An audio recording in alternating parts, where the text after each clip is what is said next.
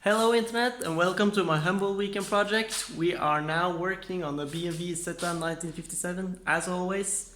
This is going to be episode 5 and we have finally completed stage 1, which was stripping the frame, and we are now moving on to the chassis itself, the car itself. Just look how cute it's looking there, ready to get work done, ready to get some new and healthier life in the future. So, where should we start on this car? I haven't really thought much about where to start on it, but I think a good starting point will be just to strip the interior here. It's kind of dark. I will put some lights on for you. But as you can see, we already took off the interior panel on the right side here to get access to some handbrakes cable and clutch wires, I think. Was in episode 1 that, and as you can see, there's a lot of sound insulation in the car. I don't think that's original. I think that is from something my father did previously. And if you see under here, you know, this is, can I call it engine bay? There isn't much here, but you can see the gas tank is here, and it's very rusty, so you have to get a new one. But this, well, looking at it, it isn't much here to be done, other than cleaning and getting all the paint off. But you can also see there's some sound deadening here, sound insulation, heat insulation, and this can't be original. And ooh, yeah, that's what I was scared of. That's it has taken all the water to it and start corroding. But hopefully it won't be too bad. But yeah, I'm gonna start on the interior now, and after that we will see. Maybe we will start on some exterior stuff, removing some headlights, removing some blinker lights. I'm actually very keen on removing the windows as fast as possible. Then I'm gonna take them home to my apartment so they will be safe, because it's kind of a lot of stuff going on where I'm working. So yeah, we will start on the interior and I will get right back.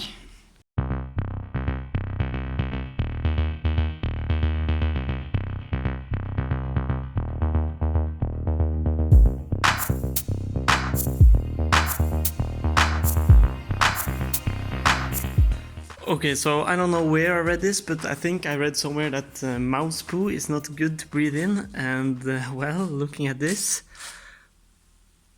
ooh, I don't know what this is, but it's not from the car. It is some, okay, kind of looks like some insulation stuff, but it's a lot of mouse poo in there, and it's a lot of, ooh, it's so nasty, it smells so bad.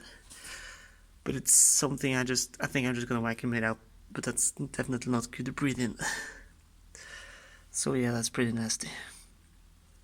It's a mouse-infested car, this.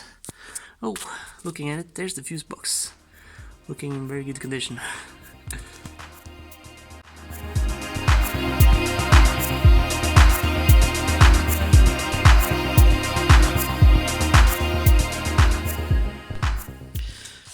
Slowly making progress on the interior. Actually went quite fast to take it all out. These panels aren't attached with any screws or clips or anything. They're just pressed. If you can see, this upper edge is kind of a little bit darker because it's been hidden, because it's been you know, squeezed like this, and it's just pressed in the. I can show you later, but it's just pressed like this. Inside here, under this purple metal bar here. So it's just actually just cardboard, which is really just forced in there, and it's not something you would like to take in and out many times, because obviously since it's cardboard it's going to deform a lot and break and stuff like this. And well, this one is in very good shape, very bad shape, and I'm definitely going to cut out some new ones. That's not very difficult. So well, inside here you can see the foam or the sound deadening is kind of sticking to the surface a little bit, and it's going to be kind of difficult to remove. If you see here, this is the metal of the car, and here you have probably original sound deadening. and then my father or someone else took this much thicker sound deadening on, and probably helps a lot. Maybe I'm going to do that too, but you know, it's a pain to remove, and it doesn't look very nice in here either, so I'm kind of thinking about what I should do with the, well, inside here, and I'm thinking going to try and remove most of this, maybe everything, and then take a quick paint job in here after removing some surface rust from certain areas. So it will look nice, and obviously the smell will change because it smells absolutely hideous in here. It's just so bad smell. Ooh, this, yeah, here is probably more sound deadening from the engine room. So I kind of get tired of removing the inside of the interior and all the deadening. So I started to remove the sunroof. It's attached with, well, many screws all along here, which I've removed now. Oh, there it goes. So the screws are over here now, but what I want to show you is this. Very easy, it's attached very easily, just in both ends with these two bolts at each end, over here and here. And I had a little problem with this one because it was spinning, so maybe you can see it better on this side, but inside here is this nut, which is you know, framed or boxed inside here, so you can't really move it. But on the other side it was spinning, so I had just took a little bit of time to figure out what was actually happening, but just putting a screwdriver inside from inside that little corner here, and you can stop it from turning if you ever encounter that kind of problem. Well, and we'll take it off. Nice. Actually, one thing I'm going to do before I remove the door is to remove the windshield. It's because you know, it's much sturdier when it's on the car. So if anything is seized or stuff like that, it's actually much smarter to remove it when it's on the car. But right now I just want to get it off, and I'm gonna worry about the windscreen wipers here later and the stuff inside. So I just want to remove this. It's quite simple. It's not a glued windshield, so it's just attached this old-fashioned way. And this, I'm not sure what to call this, but it's just threaded all the way here and keeps the rubber tight. Oh darn, it snapped. Well, probably have to get a new one. And well, after I remove this, I can just you know, squeeze this rubber in, and like that, and then the windshield should pop out. Also smart to have B2 when doing that.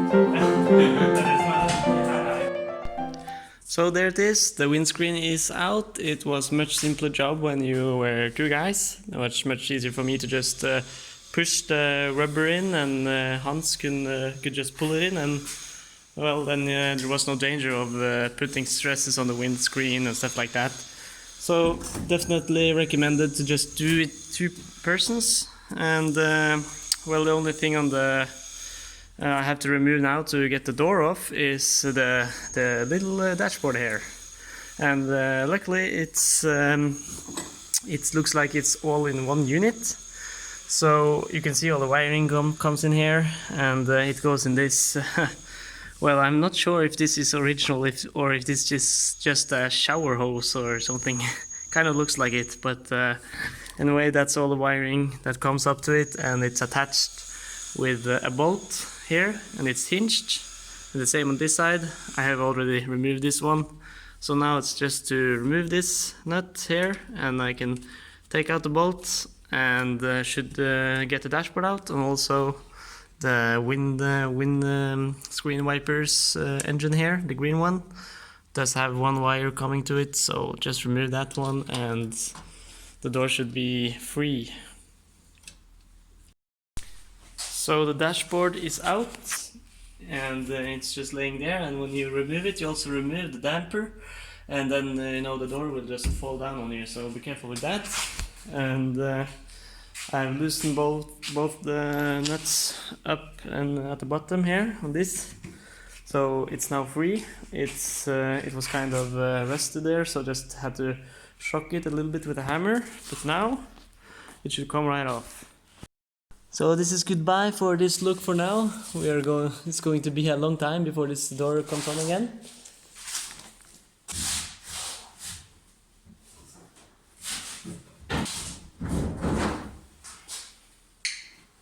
It's not heavy actually, it's quite light.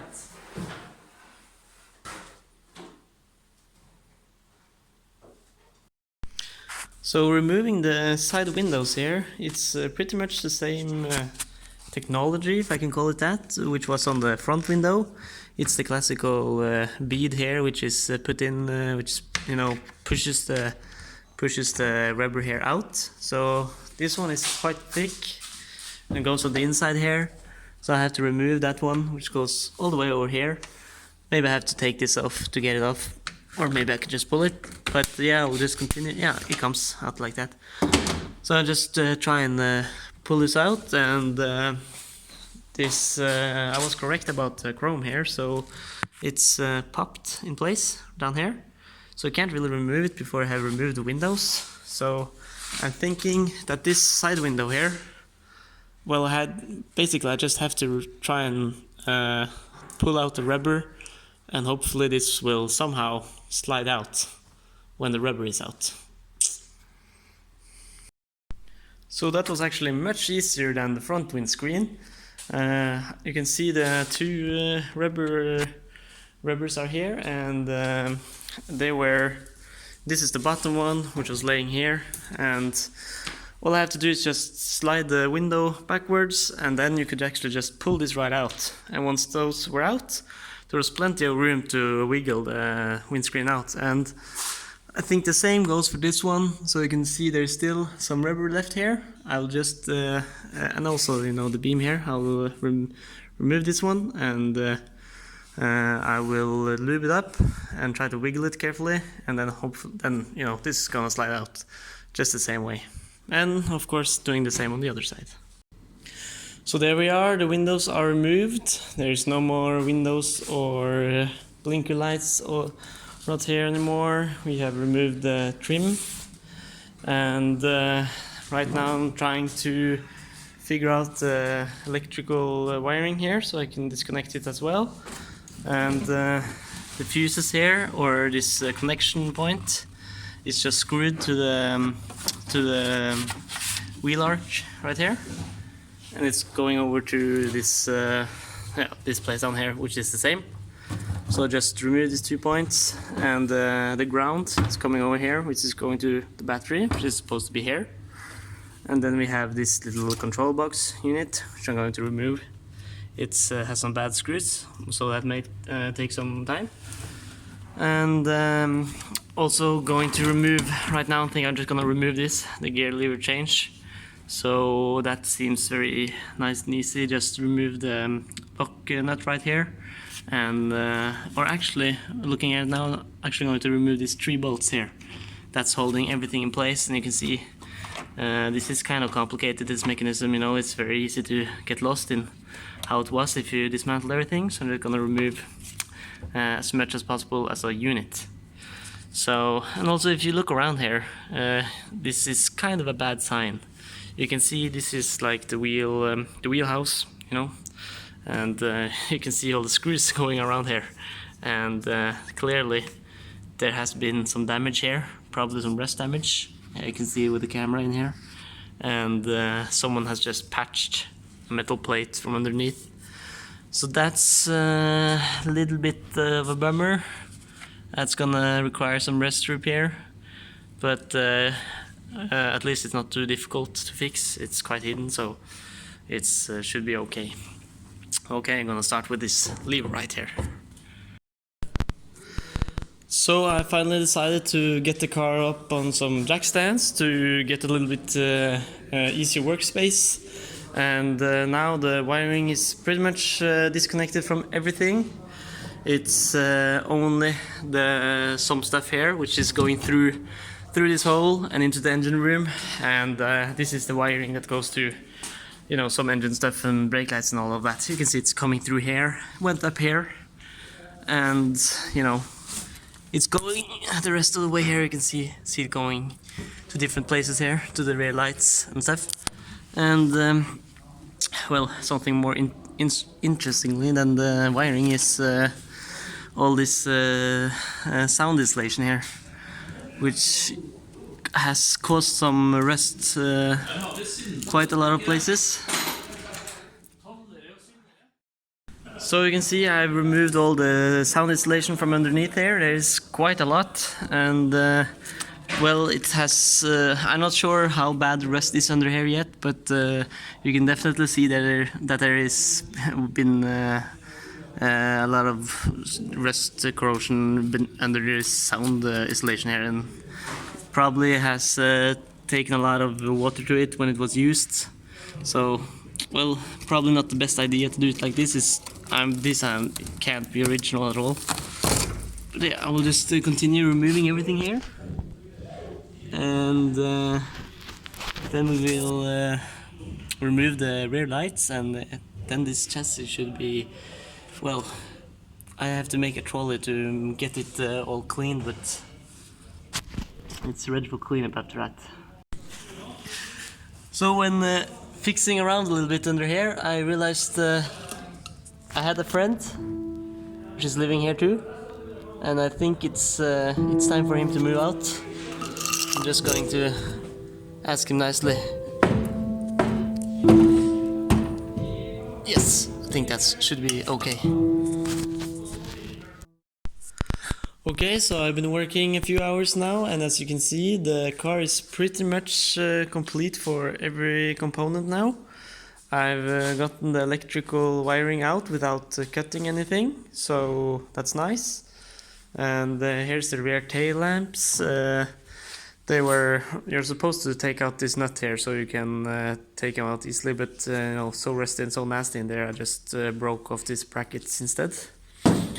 And I'm having a little bit of struggle with the gear lever mechanism here, because actually it just won't go through this hole right here. I'm not sure if it's bent or anything like that, but there's something on the other side and it's welded to this, and it just won't go through that hole. So I will probably figure out that later, what's going on there. Other than that, we have removed all of this sound insulation here, which is really nasty. So good thing getting that out. And the petrol tank actually was in better condition than what I was expecting. I thought that there might be a hole in it, but actually it looks like there is not rusted any holes through here. You can hear that there is some debris in it. So probably not very good on the inside, but maybe it's savable with some products, but it wasn't too expensive for a new one anyways. And oh, a little bit bright for you here, but you can see under here now. For first time you're probably getting a good view of it. And the sound insulation, well, it's kind of made some rust spots here and there, but kind of just looks like surface rust mostly, so actually it doesn't look too bad. You can see that there is some screws sticking out there, which, you know, it's right here, which is some bad repairs on the bodywork. I doubt it's original. It's a lot of weird body repairs in this car some places, but all in all, looks to be okay. You know, this panel right here, I think I just have to get a new one because it's so difficult to weld and fix all this. Yeah, well, this is basically one of the few things that I haven't removed yet. And the plate here, maybe you can see here on the other side the gear lever mechanism. I can go over for you, but yeah. Also, here's the petrol tank. You can see there are some holes here, and someone kind of made a really fast repair, putting this plate over like this. so it would hold a petrol tank. So that definitely is going to be fixed, made original again. And if you go over here, maybe I can try and show you what's going on with the gear lever. Yeah, so you can see we have the mechanism here. Yeah, it's kind of difficult to see, but this little thing you can see on the side here is hitting the wall, so there is this other weird shape on the other side, so you won't really get it through there. Also have to remove this one, which is on a locking pin, which is really difficult to remove because it's obviously seized. So I have to heat it up and hit it with a hammer. I did it here already. So yeah, you can see how dry the paint and stuff is here, so it's probably gonna come off quite nice with the pressure washer, which we hopefully are going to do next time. So I think we had pretty good progress today. We managed to get the chassis completely stripped of everything, and the remaining part now, before we can send it to the sandblaster, is basically to get it a little bit cleaned up and try to make the job as easy as possible for the guys who are going to sandblast it. So until then, you guys will stay home, stay safe, see you later.